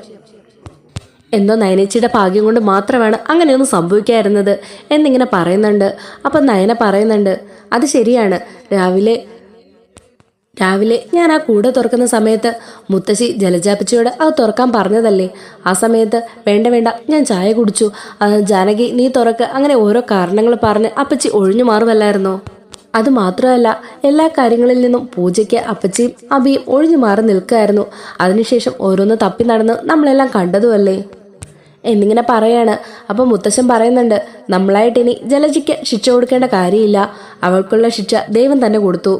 ഈ സമയത്ത് ആ പാമ്പെടുത്തക്കാരൻ പറയുന്നുണ്ട്, സാറേ, കാശിന്റെ അത്യാവശ്യം കൊണ്ട് ഞാൻ അറിയാതെ ചെയ്തു പോയതാ, ദയവ് ചെയ്ത് നിങ്ങളാരും എന്നെ ശിക്ഷിക്കരുതേ. ഇല്ലടാ, നിന്നെ ഞാൻ ഒരിക്കലും ശിക്ഷിക്കില്ല, നിനക്ക് ലൈസൻസ് ഉണ്ടോ കാര്യങ്ങളൊക്കെ ഞാൻ ഒന്ന് അന്വേഷിക്കട്ടെ. ഒരാളെ കൊല്ലാൻ വേണ്ടിയിട്ട് കാശിന് വേണ്ടി പാമ്പിനെ സപ്ലൈ ചെയ്ത ആളാ. നിന്നെ അങ്ങനെ വെറുതെ വിടാൻ പറ്റില്ലല്ലോ. എന്തായാലും നീ കുറച്ചു നാൾ അകത്ത് കിടന്നിട്ട് പോയാൽ മതി എന്നൊക്കെ പറഞ്ഞ് നന്ദു അയാളെ ജീപ്പിൽ കയറ്റിക്കൊണ്ട് പോവാണ് കേട്ടോ. അങ്ങനെ പോകുന്നതിന് മുമ്പ് നന്ദു മുത്തശ്ശനോടായിട്ട് പറയുന്നുണ്ട്, മുത്തശ്ശ നാളെ എന്തായാലും ഞാൻ വരും. അബിയെ അറസ്റ്റ് ചെയ്യാനായിട്ട്. ഈ കേസ് മാത്രമല്ല, ഇതല്ലാതെ പല കേസുകളും തെളിയിക്കാനുണ്ട്. അതിൻ്റെ എല്ലാ തെളിവുകളും എൻ്റെ കയ്യിലുണ്ട്. അതുമായിട്ട് ഞാൻ വരും നാളെ അബിയെ അറസ്റ്റ് ചെയ്യാൻ. എൻ്റെ ചേച്ചിയെ കൊല്ലാൻ നോക്കിയ ഒരുത്തനെ ഞാൻ അങ്ങനെ വെറുതെ വിടാൻ ഉദ്ദേശിച്ചിട്ടില്ല എന്നിങ്ങനെ പറയാണ്. അപ്പം നവ്യ പറയുന്നുണ്ട്, മോളെ നന്ദു, നീ ഒന്ന് മനസ്സിലാക്ക്. ഇത് വേറെ ആരും ചെയ്തു കൂട്ടി ചതിയാ. അതിൽ അബി പെട്ടുപോയെന്നേ ഉള്ളൂ. ചിലപ്പോൾ അവൻ്റെ ഫോണിൽ നിന്ന് വേറെ ആരെങ്കിലും ആയിരിക്കും ആ മെസ്സേജ് അയച്ചതെങ്കിലോ. ഇവിടെ ആരാ ചേച്ചി അങ്ങനെയൊക്കെ ചെയ്യാനായിട്ട്? ഇവിടെ പലരും ഉണ്ടല്ലോ. ആരെന്ത് ചെയ്താലും അതൊക്കെ അബിയുടെ മണ്ടയിൽ പഴിചാരാനായിട്ടുള്ളവര്. ഇത്രയൊക്കെ കിട്ടിയിട്ടും തെളിവ് കാണിച്ചിട്ടും ചേച്ചിക്കൊന്നും മനസ്സിലാവുന്നില്ലല്ലോ. ആ അബിയെ പറ്റി ഇതുവരെ ചേച്ചിക്കൊന്നും മനസ്സിലാവുന്നില്ല. അതോർത്താണ് എനിക്ക് സങ്കടം. അതൊന്നും സാരമില്ല. എന്തായാലും ഞാനിപ്പോൾ പോയിട്ട് നാളെ അബിക്കെതിരെയുള്ള ബാക്കി തെളിവുകളായിട്ട് വരാം. അപ്പം ചേച്ചി വിശ്വസിച്ചാൽ മതി എന്നും പറഞ്ഞ് നന്ദു അവിടെ നിന്ന് പോവാണ്. അപ്പം നവ്യ പറയുന്നുണ്ട്, എനിക്കറിയാം ഇതൊക്കെ ആരാ ചെയ്യുന്നതെന്ന്. ഇപ്പോൾ അവളെ കൂടെ പിരികേറ്റി വിട്ടിരിക്കുകയാണ് എൻ്റെ അബിയെ ഇല്ലാതാക്കാൻ വേണ്ടിയിട്ട്. അബി അങ്ങനൊന്നും ചെയ്യാലെന്ന് എനിക്കറിയാം. എൻ്റെ അബിയെ എനിക്കറിയാം എന്നും പറഞ്ഞ് ദേഷ്യപ്പെട്ട് നവ്യ അകത്തേക്ക് കയറി പോവാണ്. മുത്തശ്ശി പറയുന്നുണ്ട്, ഇത്രയൊക്കെ നടന്നിട്ടും ഈ നവ്യയുടെ തലയിലേക്ക് ഒന്നും കയറുന്നില്ലല്ലോ. മുത്തശ്ശനപ്പം പറയുന്നുണ്ട്, ഇത്രയും ദുഷ്ടനായിരുന്ന അബിയെന്ന് എനിക്കറിയില്ലായിരുന്നു. നയനെ അപ്പം ചോദിക്കുന്നുണ്ട്, അല്ല ആദർശേട്ടാ, കൂടയ്ക്കകത്ത് ഉണ്ടായിരുന്ന പാമ്പ് പിന്നെ അതെങ്ങനെയാണ് വെളിയിലേക്ക് വന്നത്? അത് പിന്നെ നയനെ അതൊരു കൂടെയല്ലേ, ചിലപ്പോൾ ആ പാമ്പ് അനങ്ങിയപ്പോൾ അത് തുറന്നു കാണും. ആ വിടവിലൂടെ അത് ഇറങ്ങിപ്പോയതായിരിക്കും. എന്തായാലും അത് അവർക്ക് തന്നെയാണല്ലോ പണി കിട്ടിയത്. ഒന്ന് ഓർത്ത് നോക്കിയ ആദർശേട്ടാ, കുറച്ചു നേരം കൂടി ആ പാമ്പ് അതിനകത്ത് തന്നെ ഇരിക്കുവാണെങ്കിൽ ഞാനിപ്പോൾ ഇവിടെ കാണില്ലായിരുന്നല്ലേ. അതുപോലെ എൻ്റെ കുഞ്ഞും എന്നിങ്ങനെ കരഞ്ഞുകൊണ്ട് പറയുകയാണ് നയന. അപ്പം ദേവയാനി പറയുകയാണ്, മോളുടെ പ്രാർത്ഥന ഉള്ളതുകൊണ്ടാണ് മോൾക്കൊന്നും സംഭവിക്കാതിരുന്നത്. ഇന്നലെ എനിക്കൊന്നും അപകടം പറ്റിയെന്ന് മോള് സ്വപ്നം കണ്ടില്ലേ? അതിൽ പിന്നെ ഉറങ്ങാതെ മോളിരുന്ന് പ്രാർത്ഥനയല്ലായിരുന്നോ? അത് മാത്രമല്ല, ആ പൂജാമുറിയിലും അവിടെയുള്ള ദൈവങ്ങൾക്കും മോളെ അറിയാം. മോൾ എത്ര സത്യസന്ധയാണെന്നുള്ള കാര്യം അവർക്കറിയാം. അതുപോലെ തന്നെയാണ് നവ്യയും. അന്ന് നവ്യയ്ക്ക് വേണ്ടി കാച്ചി വെച്ചിരുന്ന പാല് അന്ന് അവൾ കുടിക്കാതിരുന്നതും അവളുടെ വയറ്റിലൊരു കുഞ്ഞുള്ളത് കൊണ്ട് മാത്രമാണ്. ഇതേപോലുള്ള സമയത്ത് ദൈവത്തിൻ്റെ അനുഗ്രഹം കൂടുതലുണ്ടായിരിക്കും. നിന്റെ അച്ഛനമ്മയുടെയും അതുപോലെ ഞങ്ങളുടെ എല്ലാവരുടെയും പ്രാർത്ഥന നിങ്ങളുടെ കൂടെ ഉള്ളത് കൊണ്ടാണ് അങ്ങനെ നിങ്ങൾക്കൊന്നും സംഭവിക്കാത്തത് എന്നിങ്ങനെ ദേവയാനി പറയുന്നുണ്ട്. അപ്പോൾ നയന പറയുന്നുണ്ട്, അത് ശരിയാ, അമ്മയുടെയും ആദർശേട്ടൻ്റെയും അതുപോലെ മുത്തശ്ശൻ്റെയും മുത്തശ്ശിയുടെയും എൻ്റെ അച്ഛൻ്റെയും അമ്മയുടെയും എല്ലാവരുടെയും പ്രാർത്ഥന എൻ്റെ കൂടെയുണ്ട്. അതുകൊണ്ട് തന്നെയാണ് എനിക്കൊന്നും സംഭവിക്കാതിരുന്നത്. എന്നാലും ആ അബി ഇത്ര ദുഷ്ടനാണെന്ന് ഞാൻ കരുതിയില്ല. 2 ദിവസം മുമ്പ് അവനെ ഞാൻ ഭീഷണിപ്പെടുത്തിയിരുന്നു. അനഘയെ കൊല്ലാൻ നോക്കിയതിന്. അനഘ മരിച്ചാലും ചന്തുമോൾ ഇവിടെ ഉള്ളിടത്തോളം കാലം അവനെ ഞാൻ വെറുതെ വിടില്ല എന്നൊക്കെ ഞാൻ പറഞ്ഞിരുന്നു. ഒരുപക്ഷെ അതുകൊണ്ടായിരിക്കും അവൻ എന്നെ കൊല്ലാൻ നോക്കിയത്. എന്തായാലും ഒന്നും അറിയാത്തവനെ പോലെ അവൻ ഇവിടുന്ന് പോയിരിക്കുമല്ലേ. അവനിങ്ങ് തിരിച്ചു വരട്ടെ. എന്തായാലും നാളെ അവനെ നന്ദു അറസ്റ്റ് ചെയ്യും അല്ലേ പറഞ്ഞിരിക്കുന്നത്. അതിനു മുമ്പ് അച്ഛൻ അവനിട്ട് കൊടുക്കാനുള്ളത് കൊടുത്തോണം എന്നിങ്ങനെ ജയം പറയാണ്. അപ്പോൾ മുത്തശ്ശൻ പറയുന്നുണ്ട്, അത് നീ പ്രത്യേകം പറയേണ്ട കാര്യമുണ്ടോ? എന്തായാലും അവനിങ്ങ് വരട്ടെ, അവനിട്ടുള്ളത് ഞാൻ നല്ല രീതിയിൽ കൊടുത്തോളാം. നന്ദു പോകുന്നതിന് മുമ്പ് നന്ദു പറഞ്ഞിരുന്നു CA സച്ചിനെയും അതുപോലെ വേണുവിനെയും അബി ഇതിനു മുമ്പ് വിളിച്ചിരുന്നു എന്ന്. അങ്ങനെ അബിക്ക് അവരുമായിട്ടും എന്തോ കണക്ഷൻ ഉണ്ടെന്നുള്ള കാര്യം ഇവർക്കെല്ലാം മനസ്സിലാകാനാണ്. മുത്തശ്ശൻ പറയുന്നുണ്ട്, എന്തായാലും അവനിങ്ങ് വരട്ടെ എന്ന് പറഞ്ഞ് അവൻ വരുന്നതിന് വേണ്ടി എല്ലാവരും വെയിറ്റ് ചെയ്തിരിക്കുകയാണ്. നവ്യയാണെങ്കിൽ ഈ സമയത്ത് മുറി പോയിരുന്ന് കരയുന്നുണ്ട്. കാരണം നവ്യയ്ക്ക് അബിയുടെ പേരിൽ നല്ല സംശയമുണ്ട്. നവ്യ മുമ്പേ കയറി വന്ന സമയത്ത് 2 പേരും റൂമിലെന്തോ തപ്പി നടക്കുന്നതായിട്ട് നവ്യ കണ്ടിരുന്നു. അതുമാത്രമല്ല, ജലജയാണെങ്കിൽ ആ കബോർഡ് തുറന്ന സമയത്ത് തുണി താഴെ വീണപ്പോൾ അയ്യോ പാമ്പ് എന്നും പറഞ്ഞ് കാറുകയും ചെയ്തല്ലോ. ഇതെല്ലാം കൂടെ കൂട്ടി വായിക്കുമ്പോൾ നവ്യയ്ക്ക് നല്ല സംശയമുണ്ട്. അതൊക്കെ ഓർത്ത് നവ്യയ്ക്ക് നല്ല സംശയമുണ്ട്. സങ്കടമായിട്ട് അവളിരുന്ന് കരയുന്നുണ്ട്. അതുപോലെ തന്നെ അബിയുടെ ഫോണിൽ നിന്ന് ആ പാമ്പുപിടുത്തക്കാരന് അബി അയച്ച മെസ്സേജുകളും നന്ദു കാണിച്ചല്ലോ. ഇതൊക്കെ കാണുമ്പോൾ അവൾക്ക് നല്ല സങ്കടമുണ്ട്. കാരണം രാത്രിയിൽ ഒരു പ്രാവശ്യം അവൾ ഉണർന്നു നോക്കിയപ്പോൾ അബിയെ കാണുന്നുണ്ടായിരുന്നില്ല. അബിയെ അന്വേഷിച്ച് അവളെ നോക്കാനായിട്ട് വെളിയിലേക്ക് ഇറങ്ങുന്ന സമയത്ത് അവനകത്തേക്ക് വരുന്നുണ്ടായിരുന്നു. അപ്പോൾ നവ്യ ചോദിക്കുന്നുണ്ട്, അല്ല അബി, നീ ഇപ്പോൾ എവിടെ പോയതാ? അത് പിന്നെ ഞാൻ ശകലം വെള്ളം കുടിക്കാനായിട്ട് പോയതാ നവ്യെ. വെള്ളം കുടിക്കാനോ? ഈ ഇരിക്കുന്നത് വെള്ളമല്ലേ അബി? ഞാൻ ഇച്ചിരി തണുത്ത വെള്ളം കുടിക്കാൻ വേണ്ടി ഫ്രിഡ്ജിനരികിലേക്ക് പോയതാണ്. ഇങ്ങനെയുള്ള കാര്യങ്ങളൊക്കെ നവ്യ ഇങ്ങനെ ഓർത്തു വാങ്ങാണ്. എല്ലാം കൂടെ ബന്ധപ്പെടുത്തി നോക്കുമ്പോൾ ഇവർ പറയുന്നതെല്ലാം ശരി തന്നെയാണ്. അബിയാണ് ഈ ചെയ്ത ക്രൂരതയ്ക്ക് കാരണമെന്ന് നവ്യയ്ക്ക് മനസ്സിലാകുന്നുണ്ടെങ്കിലും എല്ലാവരുടെ മുന്നിൽ അവളത് വിശ്വസിക്കാത്ത പോലെ അഭിനയിക്കുകയായിരുന്നു കേട്ടോ. അവൾക്ക് നല്ല സങ്കടമുണ്ട്. അങ്ങനെ നയന നവ്യയുടെ അരികിലേക്ക് കയറി വരികയാണ്. നയനെ കണ്ടതും നവ്യ പെട്ടെന്ന് ചാടി എഴുന്നേൽക്കുന്നുണ്ട്. ചോദിക്കുന്നുണ്ട്, എന്നിട്ട് എന്താടി ഇനി നീയും കൂടെ പറയാണോ എൻ്റെ ഭർത്താവാണ് തെറ്റുകാരനെന്ന്? ചേച്ചി അത് വിശ്വസിച്ചില്ലെങ്കിലും എനിക്ക് പ്രശ്നമൊന്നുമില്ല. എന്നാലും എനിക്ക് നല്ല ഉറപ്പുണ്ട് ചേച്ചിയാണ് അബിയാണ് ഈ കാര്യങ്ങളൊക്കെ ചെയ്തതെന്നുള്ളതിൽ. അതുപോലെ ചേച്ചി അറിയാതെ പല കാര്യങ്ങളും ഞങ്ങൾ എല്ലാവരും തന്നെ ഒളിക്കുന്നുണ്ട്. അതുകൊണ്ടാണ് ചേച്ചി ഇപ്പോൾ ഇതൊന്നും വിശ്വസിക്കാത്തത്. ചേച്ചിയുടെ ജീവിതം ഒന്നും സംഭവിക്കരുതെന്നുള്ളത് കൊണ്ട് മാത്രമാണ് ആരും ഒന്നും വെളിയിൽ പറയാത്തത്. അപ്പം ദേവി ദേഷ്യത്തോടെ നവ്യ ചോദിക്കുന്നുണ്ട്, കുറേ നാളായി ഞാൻ കേൾക്കുന്നു ചേച്ചി അറിയാതെ ചേച്ചിയുടെ നല്ലതിനു വേണ്ടി ഞങ്ങളോ സത്യം മറച്ചു വെച്ചു എന്ന്. ഇതിന് മാത്രം എന്ത് സത്യമാണ് നിങ്ങൾ മറച്ചു വെച്ചേക്കുന്നേ? എന്താണെന്ന് എന്നോട് പറയടി. അത് പറഞ്ഞാലല്ലേ എനിക്കറിയുള്ളൂ ചേച്ചി അറിയാതെ മറച്ചു വെച്ചേക്കുന്ന സംഭവം എന്താണെന്ന്. അപ്പം നയന പറയുന്നുണ്ട്, അതിപ്പോൾ എന്തായാലും ചേച്ചി അറിയണ്ട. ചേച്ചി അതൊന്നും അറിയാത്ത തന്നെയാണ് ചേച്ചിക്ക് നല്ലത്. പിന്നെ ഇപ്പോൾ എൻ്റെ കുഞ്ഞിനെ കൊല്ലാൻ വേണ്ടിയിട്ടാണ് അവൻ നോക്കിയത്. പണ്ട് ഇതേപോലെ ചേച്ചിയുടെ കുഞ്ഞിനെ കൊല്ലാൻ വേണ്ടിയിട്ടാണല്ലോ അന്ന് അനാമിക ശ്രമിച്ചത്. അതുകൊണ്ടാണല്ലോ മുത്തശ്ശൻ അനാമികയെ ഈ വീട്ടിൽ നിന്ന് പുറത്താക്കിയത്. അതുപോലെ തന്നെ ഇതിന് പിന്നിൽ അബിയാണെന്നറിഞ്ഞാൽ അതേ അവസ്ഥ തന്നെയായിരിക്കും അവനും. അതിന് അബിയാണത് ചെയ്തതെന്ന് ഉറപ്പൊന്നുമില്ലല്ലോ. ചേച്ചി എന്താ ചേച്ചി ഇങ്ങനൊക്കെ പറയുന്നേ? ഇപ്പോൾ ആ പാമ്പ് പിടുത്തക്കാരൻ തന്നെയല്ലേ വന്നിട്ട് അബിയാണ് തന്നെ ഇതേപ്പിച്ചതെന്നൊക്കെ പറഞ്ഞത്? അത് മാത്രമല്ല അയാളുടെ ഫോണിൽ അബിയുടെ മെസ്സേജുകളും കണ്ടതല്ലേ. അതിൽ വോയിസ് മെസ്സേജ് ഒന്നുമില്ലല്ലോ, ടൈപ്പ് ചെയ്ത മെസ്സേജുകൾ മാത്രമല്ലേ ഉള്ളൂ. അതിപ്പോൾ അബിയുടെ ഫോണെടുത്ത് മറ്റാരെങ്കിലും ചെയ്തതാണെന്ന് ആർക്കറിയാം? അത് മാത്രമല്ല ആ വന്നയാള് പാമ്പ് പിടുത്തക്കാരനാണെന്നുള്ളതിന് എന്താ തെളിവ്? വേറെ വല്ല ക്രിമിനലും ആണോന്ന് ആർക്കറിയാം? നീയൊക്കെ കൂടെ പറഞ്ഞു കൊടുത്ത ഐഡിയ ആയിരിക്കും എൻ്റെ അബീനെ ഇവിടെ നിന്ന് അറസ്റ്റ് ചെയ്തുകൊണ്ട് പോകാൻ വേണ്ടിയിട്ട്. ചേച്ചി അതിൻ്റെ ഒന്നും ആവശ്യം ഞങ്ങൾക്കില്ല. ഈ വീട്ടിൽ ഇങ്ങനെ ഒരു സംഭവം നടന്നു. ചേച്ചി ഒന്ന് ആലോചിച്ച് നോക്കി. ആ പൂക്കൂടയ്ക്കുള്ളിലാണ് പാമ്പിനെ വെക്കാൻ പറഞ്ഞിരുന്നത്. ഞാനാണ് ആ പൂക്കൂട തുറന്ന് ആ പാമ്പ് എന്നെയാണ് കൊത്തിയത്. എനിക്കും എൻ്റെ കുഞ്ഞിനും എന്തെങ്കിലും സംഭവിച്ചിരുന്നെങ്കിൽ ചേച്ചിക്ക് ഒരു പ്രശ്നവുമില്ലായിരുന്നോ? അതെനിക്ക് കുഴപ്പമുണ്ട്. കാരണം നീ എൻ്റെ അനിയത്തിയാ. നിന്റെ വയറ്റിലുള്ളത് എൻ്റെ അനിയത്തിയുടെ കുഞ്ഞുവാ. പക്ഷേ അതിൻ്റെ പേരിൽ എൻ്റെ അബിയെ എങ്ങനെ ക്രൂശിക്കുന്നത് എനിക്ക് സഹിക്കാൻ പറ്റുന്നില്ല. അവനാണ് തെറ്റ് ചെയ്തതെന്ന് ഉറപ്പുണ്ടെങ്കിലും കുഴപ്പമില്ല. അവനാ തെറ്റ് ചെയ്തതെന്നുള്ളതിന് തെളിവുകളുമില്ല. അല്ലാതെ അവനാ ഇത് ചെയ്തതെന്ന് ഇങ്ങനെ പറയുമ്പോൾ എനിക്കത് സഹിക്കാൻ പറ്റുന്നില്ല. ശരി, അങ്ങനെ ആയിക്കോട്ടെ. എന്തായാലും ചേച്ചിയുടെ വിശ്വാസം ചേച്ചിയെ രക്ഷിക്കട്ടെ. എന്തായാലും ചേച്ചി ഒന്ന് സൂക്ഷിക്കുന്നത് നല്ലതാ. അബി അത്ര നല്ലവനൊന്നുമല്ല എന്നിങ്ങനെ പറഞ്ഞിട്ട് നയന താഴേക്ക് പോകുന്നുണ്ട്. നവ്യയ്ക്കും നല്ല പേടി തന്നെയാണ്. അബി നല്ലവനല്ലെന്നും ഇത് ചെയ്തത് അബിയാണെന്നുള്ളതിന് 90% നവ്യയ്ക്കും ഉറപ്പുണ്ടായിരുന്നു. അങ്ങനെ വൈകുന്നേരം ആകുമ്പോഴത്തേക്കും ജലജയ്ക്ക് കുഴപ്പമൊന്നുമില്ല എന്ന് പറഞ്ഞ് ഹോസ്പിറ്റലിൽ നിന്ന് ഡിസ്ചാർജ് ചെയ്യുന്നുണ്ട്. ജലജ എന്ത് ചെയ്താൽ ഹോസ്പിറ്റലിൽ നിന്ന് പോവുകയല്ല. ഇല്ല, എനിക്കെന്തോ കുഴപ്പമുണ്ട്. എൻ്റെ തലയൊക്കെ ഇറങ്ങുന്നു. എൻ്റെ ദേഹത്തിൽ നിന്ന് വിഷം പൂർണ്ണമായിട്ടും പോയോ? എനിക്ക് വീട്ടിൽ പോയാൽ ഞാൻ ശരിയാവില്ല എന്നൊക്കെ ഇങ്ങനെ ജലജ പുലമ്പിക്കൊണ്ടിരിക്കുന്നുണ്ട്. മേഡം ഒന്നുകൊണ്ട് പേടിക്കണ്ട. മേഡത്തിൻ്റെ ദേഹത്ത് വിഷം പടരുന്നതിന് മുമ്പ് തന്നെ ഇവിടെ എത്തിക്കാൻ പറ്റി. അതിനുള്ള മരുന്നുകളും ചെയ്തു. അതുകൊണ്ട് ഇനി ഒരു കുഴപ്പമില്ല. ധൈര്യമായിട്ട് മേഡത്തിന് വീട്ടിലേക്ക് പോകാം. ഞാനല്ലേ പറയുന്നത്, മേഡം ധൈര്യമായിട്ട് പോക്കൂ. ഇല്ല, ഞാൻ പോകില്ല. നിങ്ങളൊക്കെ കൂടി എന്നെ കൊല്ലാൻ വേണ്ടിയല്ലേ ഇങ്ങനെയൊക്കെ പറയുന്നത്? ഇല്ല മേഡം, സത്യമായിട്ടും മേഡത്തിനിപ്പോൾ ഒരു കുഴപ്പമില്ല. ധൈര്യമായിട്ട് വീട്ടിലേക്ക് പോക്കൂ എന്നൊക്കെ പറഞ്ഞ് നിർബന്ധിച്ചാണ് ജലജനെ അവിടെ നിന്ന് ഡിസ്ചാർജ് ആക്കി വിടുന്നത്. അബി പറയുന്നുണ്ട്, വാ അമ്മേ, അമ്മയ്ക്കിപ്പോൾ കുഴപ്പമൊന്നുമില്ല എന്നല്ലേ ഡോക്ടർ പറഞ്ഞത് എന്നും പറഞ്ഞ് അബി ജലജയെ വിളിക്കുന്നുണ്ട്. അപ്പം ജലജ പറയുന്നുണ്ട്, ഇല്ലടാ ഞാൻ അങ്ങോട്ടില്ല. ആ സാധനം അവിടെ തന്നെ കാണും. ഇല്ല, ഒരു പാമ്പ് പിടുത്തക്കാരനെ വിളിച്ച് ആ പാമ്പിനെ അവിടെ നിന്ന് കൊണ്ടുപോയി. ഇനിയൊന്നും പേടിക്കാനില്ല എന്നിങ്ങനെ അജയൻ പറയുന്നുണ്ട്. അങ്ങനെ ജലജയം കൊണ്ട് അബിയും അജയനോടെ നേരെ വീട്ടിലേക്ക് വരുന്നുണ്ട്. ഈ സമയത്ത് എല്ലാവരും ഹാളിൽ തന്നെ ഉണ്ടായിരുന്നു. അങ്ങനെ ജലജയെ കൊണ്ടുവന്ന് പിടിച്ചൊരു കസേരയിലേക്ക് ഇരുത്തുന്നുണ്ട്. അപ്പോൾ മുത്തശ്ശൻ ചോദിക്കുന്നുണ്ട്, ഇപ്പം എങ്ങനെയുണ്ട് ജലജയ്? ഡോക്ടർ എന്ത് പറഞ്ഞു അജയ? ഇപ്പം കുഴപ്പമൊന്നുമില്ല. ഇനിയിപ്പോൾ പേടിക്കാനൊന്നുമില്ല. 2 ദിവസം ഒന്ന് റെസ്റ്റ് എടുത്താൽ മാറാനുള്ള പ്രശ്നങ്ങളേ ഉള്ളൂ. മരുന്നും ഗുളികയൊക്കെ കൊടുത്തിട്ടുണ്ട്. ഇനി വേറെ പ്രശ്നമൊന്നുമില്ല. പക്ഷേ ഇവക്ക് പേടിയായിരുന്നു ഇങ്ങോട്ട് വരാനായിട്ട്. അതിവിടെ തന്നെ കാണും എന്ന് പറഞ്ഞ് അവിടെ ഭയങ്കര ബഹളമായിരുന്നു.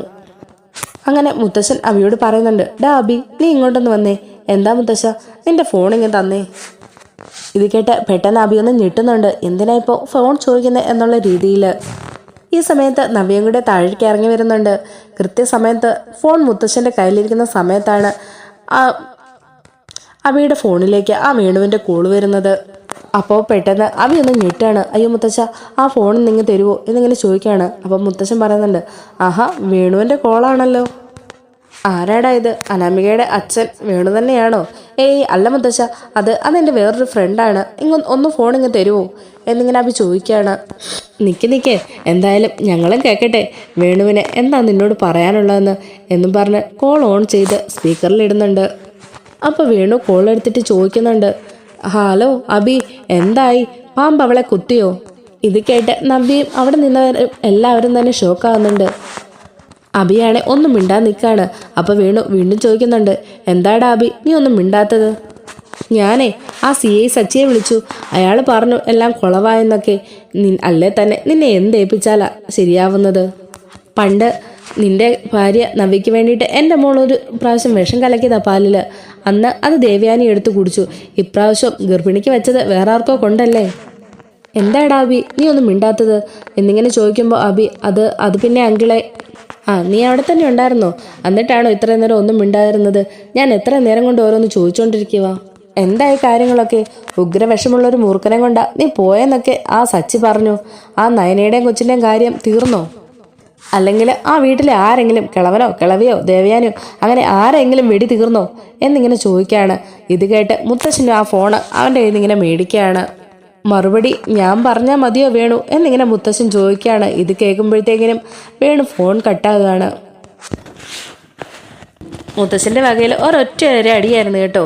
ആ അടിയിൽ അബി തെറിച്ച് താഴെ വീഴുന്നുണ്ട്. നവ്യയുടെ കയ്യിലേക്ക് മുത്തശ്ശൻ ഫോൺ കൊടുക്കുന്നുണ്ട്. എന്താ നവ്യേ, നിനക്കിപ്പോഴെങ്കിലും ഇത് വിശ്വാസമായോ എന്നിങ്ങനെ ചോദിക്കുന്നുണ്ട്. നവ്യ ഇതെല്ലാം കേട്ട് തല കുനിച്ച് മിണ്ടാതെ നിൽക്കുകയാണ്. ഇപ്പം മനസ്സിലായല്ലേ ചേച്ചി, എന്നെ കുഞ്ഞിനെ കൊല്ലാൻ വേണ്ടിയിട്ട് ഇവ മനഃപൂർവ്വം ചെയ്തതാ ഇതൊക്കെയെന്ന്. ഇതിൽ പരം വേറെ എന്തെങ്കിലും തെളിവ് വേണോ ചേച്ചിക്ക്? വേണമെന്നുണ്ടെങ്കിൽ ചേച്ചിയുടെ കയ്യിലിരിക്കുന്ന ഫോണൊന്ന് ചേച്ചി സെർച്ച് ചെയ്ത് നോക്ക്. അതിൽ കാണാം ഇവൻ്റെ എല്ലാ കള്ളത്തരങ്ങളും. അബി പെട്ടെന്ന് നവ്യെ ആ ഫോൺ ഇങ്ങതാ എന്നിങ്ങനെ പറയുമ്പോഴത്തേനും നവ്യ ആ ഫോൺ മാറ്റിപ്പിടിക്കുന്നുണ്ട്. മുത്തശ്ശൻ വീണ്ടും അബിക്കിട്ട് തല്ലു കൊടുക്കുന്നുണ്ട്. നീ എന്താടാ കരുതിയത്? ഈ വീട്ടിൽ നിന്നുകൊണ്ട് വീട്ടിലുള്ളവരെയെല്ലാം പൊട്ടന്മാരാക്കാന്നോ? എന്തായാലും അതിനുള്ള ഒരു ശിക്ഷയാണ് നിന്റെ അമ്മയ്ക്ക് കിട്ടിയത്. നീ ചെയ്ത തെറ്റിന് ഫലമാണ് നിന്റെ അമ്മ ഇപ്പോൾ അനുഭവിച്ചത്. നീ ഒന്ന് ആലോചിച്ച് നോക്കിയേ. ആ പാമ്പ് കടിയേറ്റ് നിന്റെ അമ്മയ്ക്ക് എന്തെങ്കിലും സംഭവിച്ചിരുന്നെങ്കിൽ ജീവിതകാലം മൊത്തം നിന്നെക്കൊണ്ട് അത് സഹിക്കാൻ പറ്റുമോ? അതുപോലെ തന്നെയാണ് നയനമോള്. അവൾ മാത്രമല്ല, ഈ വീട്ടിൽ മറ്റാർക്കെങ്കിലും ആണ് അത് സംഭവിച്ചിരുന്നെങ്കിലും അതേ വിഷമമാണ് എല്ലാവരിലും ഉണ്ടാകുക. ഒരാളെ കൊല്ലാൻ നോക്കിയിട്ട് അവൻ നിൽക്കുന്ന കണ്ടില്ലേ എന്നിങ്ങനെ പറയുകയാണ്. ഈ സമയത്ത് അജയൻ വന്നിട്ട് ചോദിക്കുന്നുണ്ട്, എന്താ ഇവിടെ സംഭവിച്ചത്? അപ്പോൾ ജയൻ അവിടെ നടന്ന കാര്യങ്ങൾ എല്ലാം തന്നെ പറഞ്ഞു കൊടുക്കുന്നുണ്ട്. നന്ദു വന്ന കാര്യം തൊട്ട് എല്ലാ കാര്യങ്ങളും ജയൻ അജയനോട് പറഞ്ഞു കൊടുക്കുകയാണ്. എടാ ദ്രോഹി, എല്ലാം ചെയ്തു വെച്ചിട്ട് അവൻ്റെ ആ നിപ്പ് കണ്ടില്ലേ എന്നും പറഞ്ഞ് അജയനും പോയി അബിക്കിട്ട് അടിക്കുന്നുണ്ട്. അങ്ങനെ എല്ലാവരും തന്നെ മാറി മാറി അവനെ ശരിയാക്കുന്നുണ്ട്. നവ്യയാണെങ്കിൽ ഒന്നും മിണ്ടാതെ കരഞ്ഞുകൊണ്ട് തല കുനിച്ച് നിൽക്കുകയാണ് കേട്ടോ. കാരണം നവ്യനെയും കുഞ്ഞിനെയും കൊല്ലാൻ വേണ്ടിയിട്ടാണ് അവൻ ഇങ്ങനെ ചെയ്തതെന്നുള്ളത് നവ്യയ്ക്ക് ബോധ്യമായി. അതുകൊണ്ട് തന്നെ നവ്യയ്ക്ക് ഒന്നും മിണ്ടാനാവാതെ തല കുനിച്ച് നിൽക്കുകയാണ്. CI സച്ചിക്കും അതുപോലെ വേണുവിനും എല്ലാവർക്കും ഈ സംഭവത്തിൽ പങ്കുണ്ടല്ലേടാ. എന്തായാലും നാളെ അവരെ കൂടെ നന്ദു പൂട്ടിക്കോളും. അപ്പോൾ നന്ദുവിന് നീ മൊഴി കൊടുത്തോണം അവരുടെ കൂടിയാണ് ഇത് നീ ചെയ്തതെന്ന്. അങ്ങനെ അവൻ്റെ കാര്യം ഞാൻ നോക്കിക്കോളാം എന്നിങ്ങനെ മുത്തശ്ശൻ പറയുന്നുണ്ട്. എന്നിട്ട് മുത്തശ്ശൻ നവ്യയോട് ചോദിക്കുന്നുണ്ട്, എന്താ നവ്യേ, ഇതൊന്നും കേട്ടിട്ട് നിനക്കൊന്നും പറയാനില്ലേ? 100 നാവായിരുന്നല്ലോ നിനക്ക് നിന്റെ ഭർത്താവിനെ കുറിച്ച് പറയാനായിട്ട്. ഇപ്പം എന്താ നിനക്കൊന്നും പറയാനില്ലേ? ഇത് കേട്ട് സങ്കടത്തോടു കൂടി കരഞ്ഞുകൊണ്ട് നവ്യ അകത്തേക്ക് കയറിപ്പോവാണ്. അങ്ങനെ മുത്തശ്ശൻ പറയുന്നുണ്ട്, എന്ത് തോന്നിവാസം കാണിക്കുന്ന ഒരു മോനും ആ തോന്നിവാസത്തിനെല്ലാം കൂട്ടു നിൽക്കുന്ന ഒരു തള്ളയും എന്നിങ്ങനെ പറഞ്ഞ് ജലജയും കുറ്റപ്പെടുത്തി സംസാരിക്കുന്നുണ്ട്.